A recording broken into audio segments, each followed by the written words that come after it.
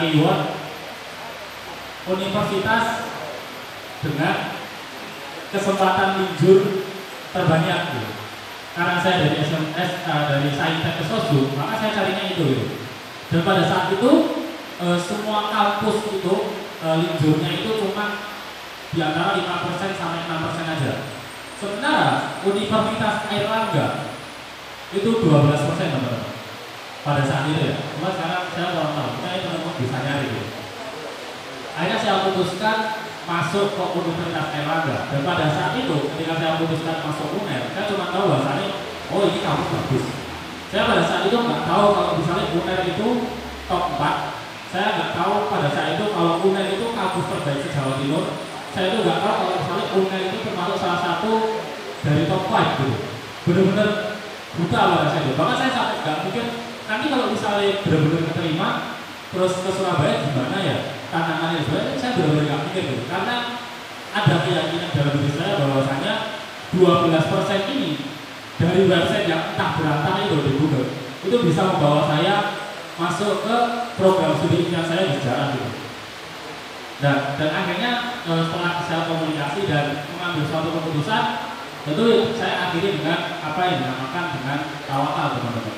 Jadi pada saat itu ibadah sunat kayaknya hampir semua lakukan gitu. Jadi kalau misalnya teman-teman pengen tahu apa namanya ketaatan yang paling taat pada saat itu dalam diri saya itu mungkin yang kelas 12 saya gitu. Puasa sunat yang saya jalani, kemudian sholat duha iya, tahajud iya, semua ustadz bahasanya saya minta maaf ke ustadz gitu kalau misalnya sering komunikasi ke beliau bagaimana dan bagaimana gitu, sering ngobrol ke adik kelas biar bahasanya semua yang ada di Alimat ini apa namanya ya punya reputasi baik saya gitu dan bahasanya tidak ada hal-hal yang menghambat saya gitu yang cara kita mungkin jadi kayak abasir gitu anggaran itu saya yang terima gitu, saya takut gitu.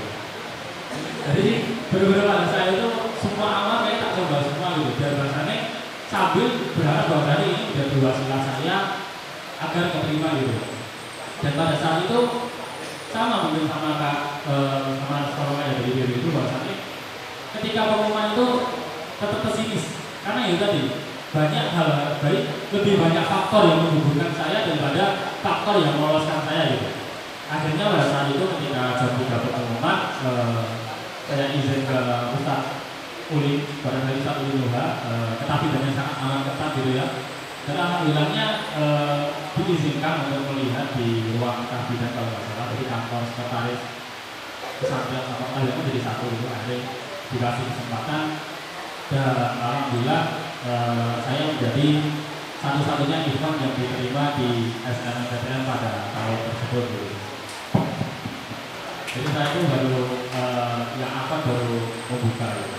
Jadi mungkin itu ada filosofinya yang pertama itu tetapkan target, yang kedua itu jadi komunikasi ke siapapun, tambah informasi, yang terakhir itu adalah tawakal. Ini mungkin kalau teman-teman yang di UNER, yang kemarin di UNER sudah saya sampaikan tapi ya ini gitu. Dari target, kemudian komunikasi ataupun usaha atau ikhtiar, dan saya adalah tawakal. Mungkin itu ada itu dari saya. Mungkin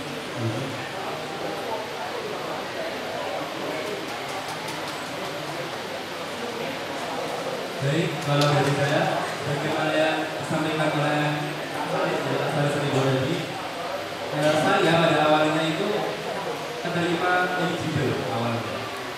Terus ketika itu saya dibutakan, saya positif timur tengah. Jadi saya waktu itu sama sekali gak ada minat di PTN ketika itu.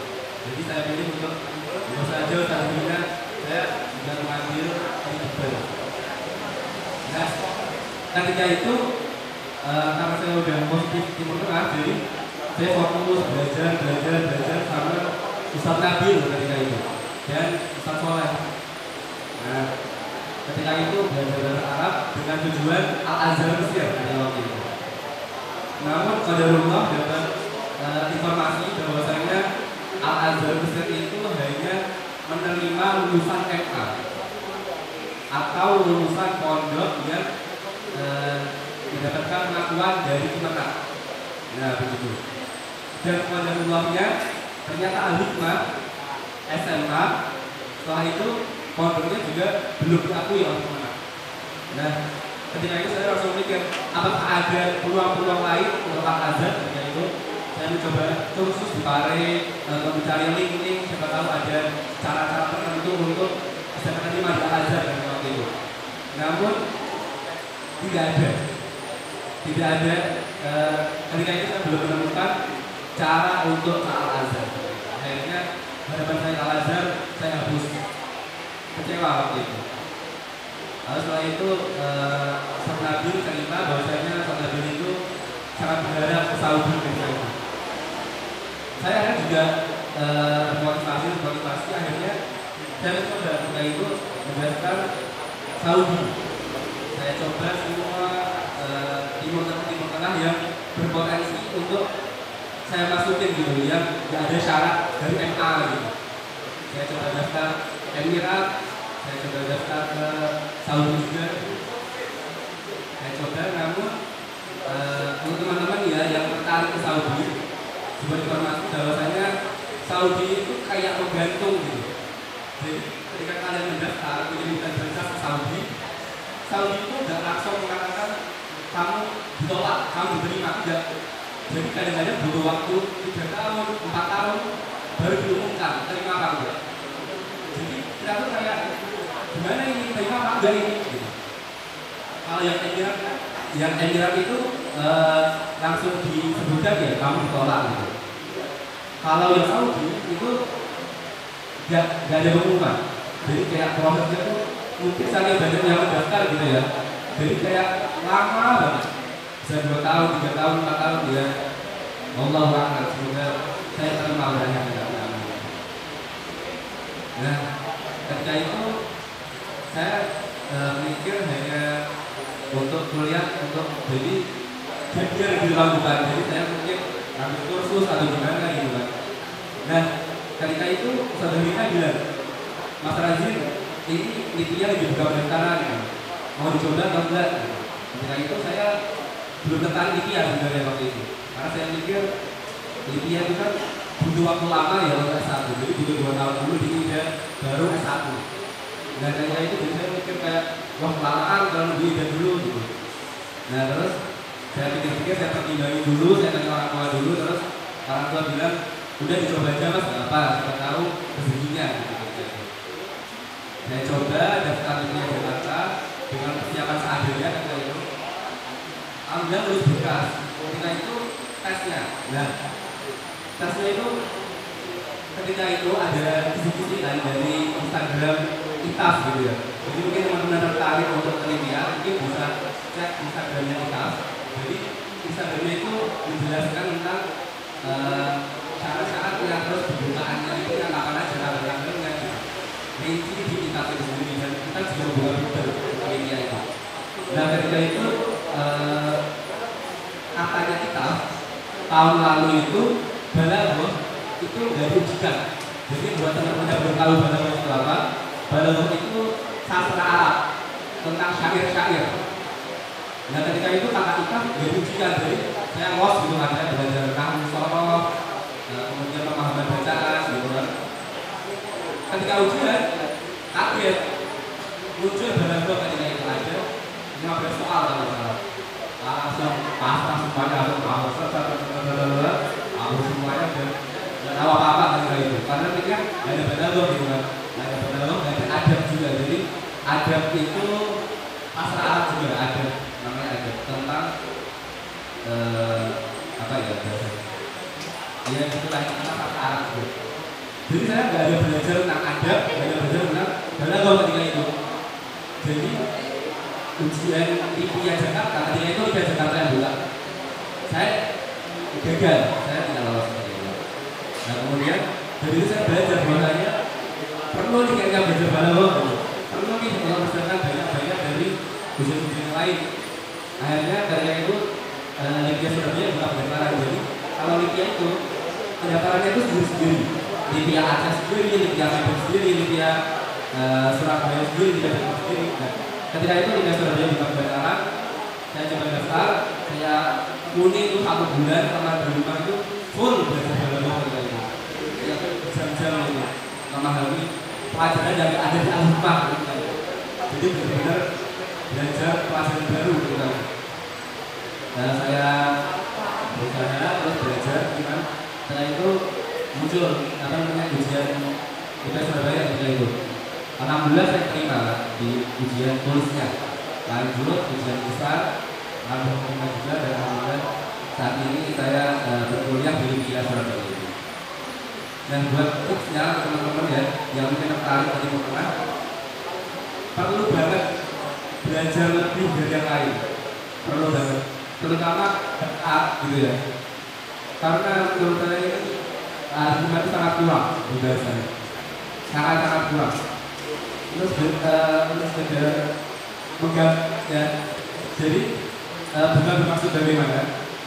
Saya ketika di SMA 5 di antara teman-teman saya, alhamdulillah saya itu termasuk yang paling baik bahasa Arabnya, gitu ya. Bukan yang paling baik, tapi termasuk yang paling baik gitu. Saya udah kayak percaya diri gitu kan, pasti gampang nih gitu ya, pasti gampang nih ujiannya. Gitu. Saya pikir juga nicknya paling orang-orangnya juga sekelas Al-Hikmah gitu loh bahasa Arabnya. Saya pikir kayak gitu. Namun ternyata saya salah besar dengan itu. Ternyata yang baru Lipia aja yang di Indonesia gitu kan, bukan yang luar negeri. Ternyata sudah sesulit itu. Dan apalagi ini untuk menggambarkan juga ya teman-teman. Jadi saya di Lipia itu merasa saya itu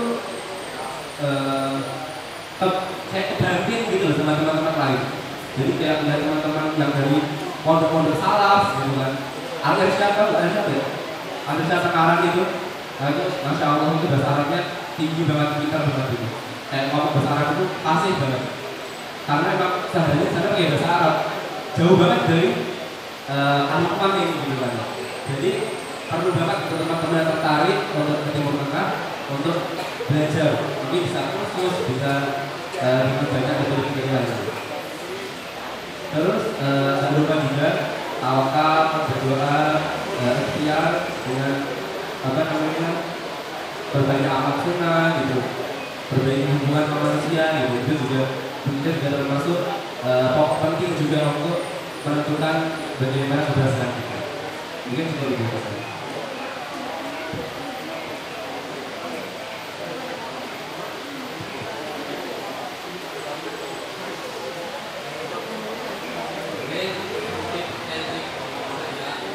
Karena saya ini keterimanya SNBT, jadi saya akan menjelaskan tentang SNBT saja ya. Kalau SNBT saya kurang tahu. Nah, jadi bagi yang SNBT, bagi yang masih kelas 10 itu dikecilin lumayan. Maksudnya lebih baik apa namanya meningkat.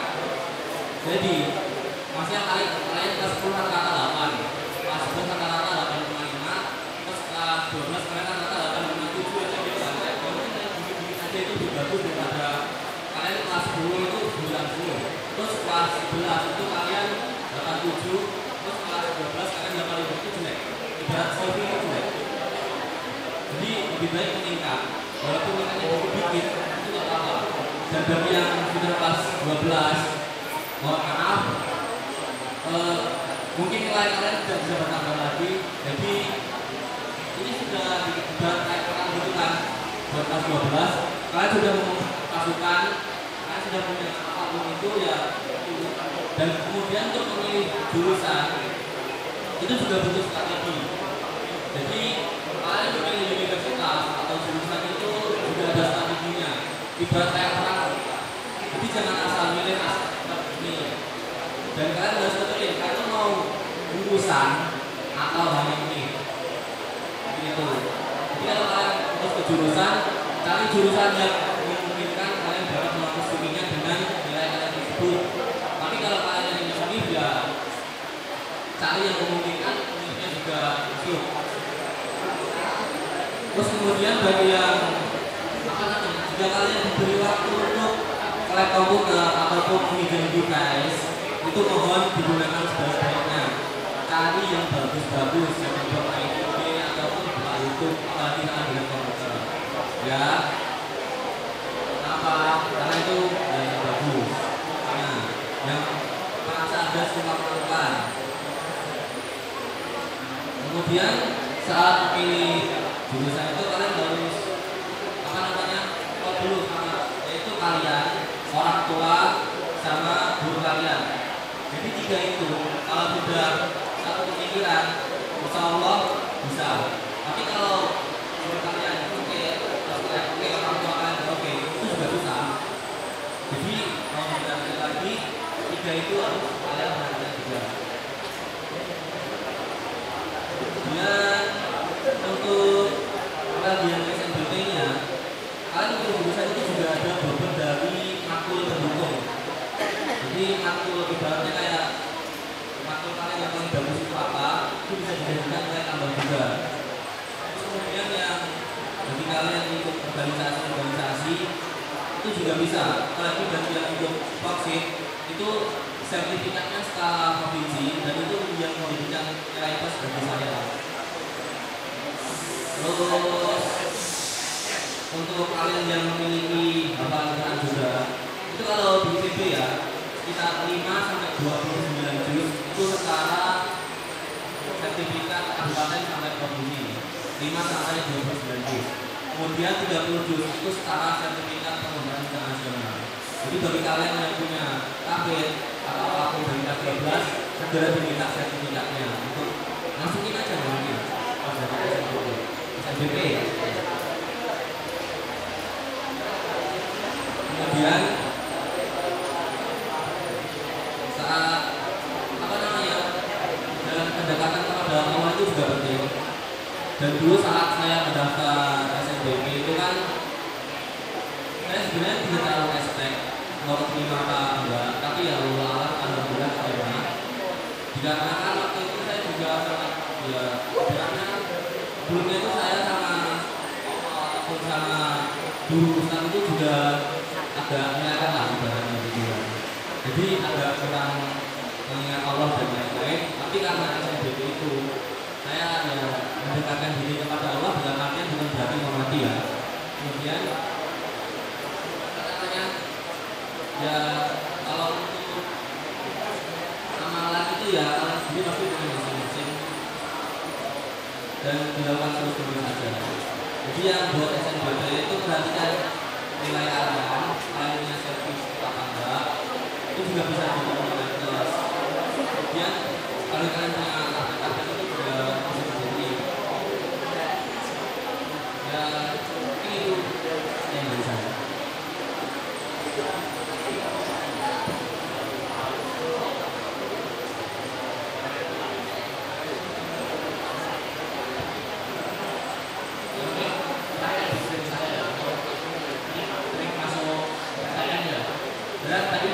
Masuk waktu ya, dimana emang target saya dari MTS itu memang UGM itu asli, karena suka banget lah punya cara informasi.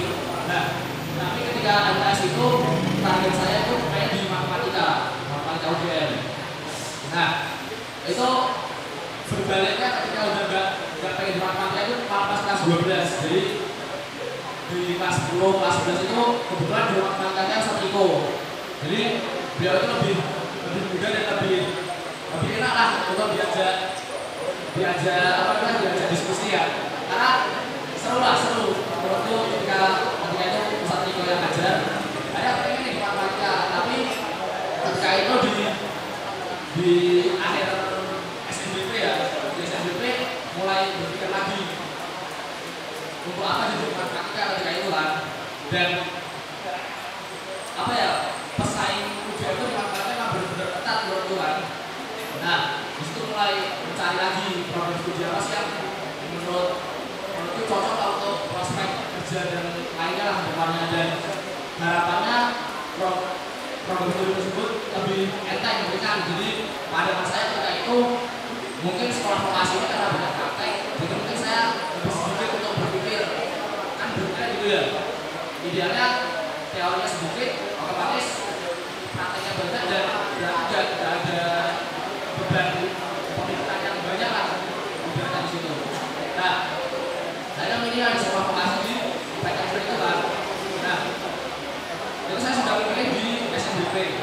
SBP itu saya pilih, udah.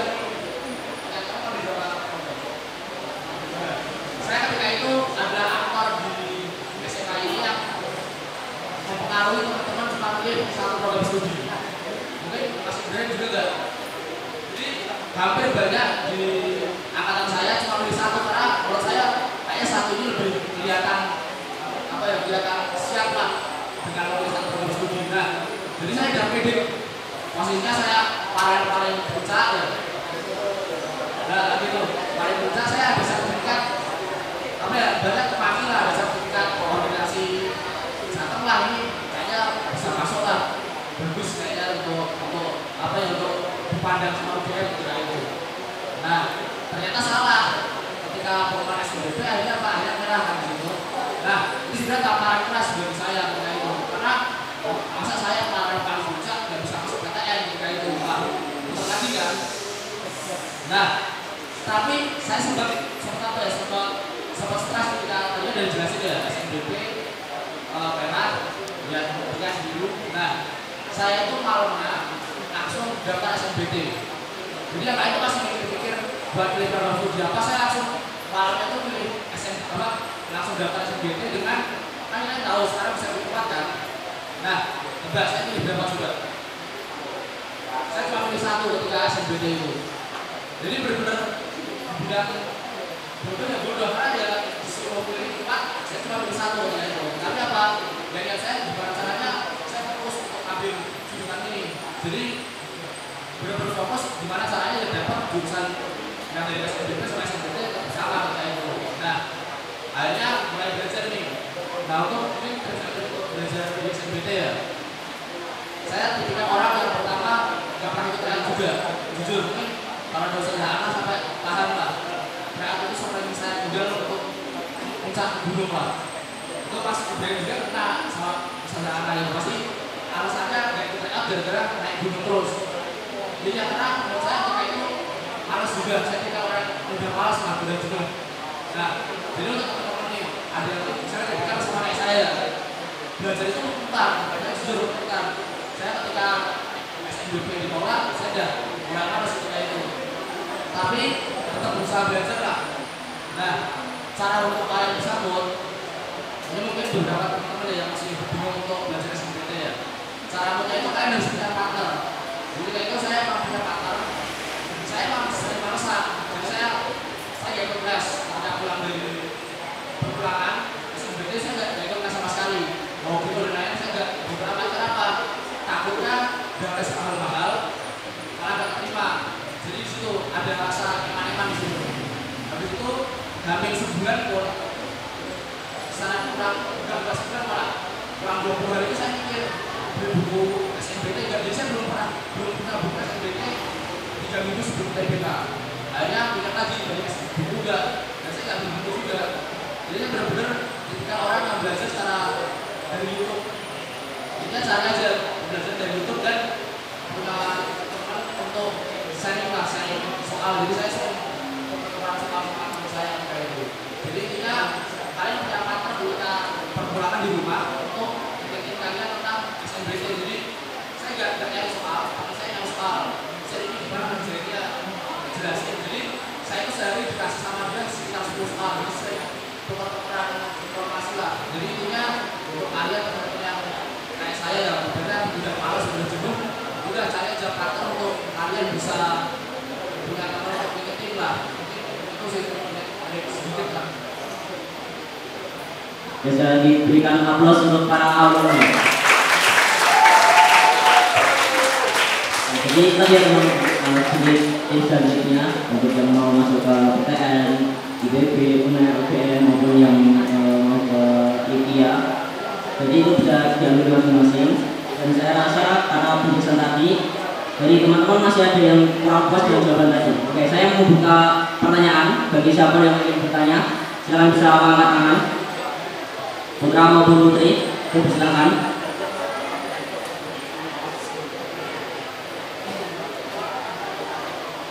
Ayo silakan.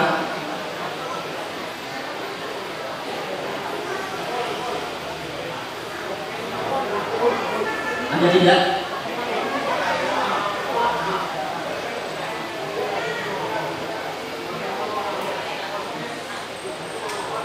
Silakan yang mau bertanya sekarang teman-teman.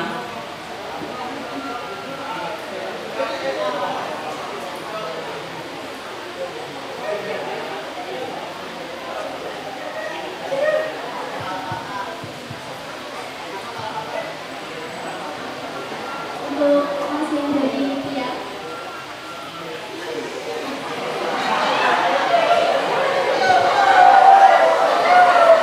Waktu di rumah itu sempat alhamdulillah tiba-tiba ikut playoff dari kita dan ngomongin soal ada bersama berdakwah. Ini mau tanya gimana cara belajar ada berdakwah tapi di rumah dan itu gak ikut bimbel. Terus ada nggak rekomendasi kitab atau buku tentang ada berdakwah?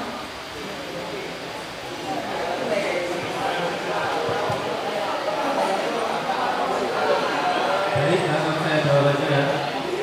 Kalau rekomendasi kitab saya nggak ada. Karena menurut saya belajar dari kitab tanpa guru itu kurang. Gak bisa belajar dari itu materi baru ya. Kita belum pernah belajar adab, belum pernah belajar bahasa sama sekali. Kalau kita cuma mengandalkan buku, mengandalkan kitab-kitab, nggak bisa termasuk lah. Ya, jadi akhirnya ketika itu saya lihat dari YouTube tentang materi balaghah itu. Jadi ada channel kayak membuat playlist materi balaghah dari bab awal sampai bab akhir.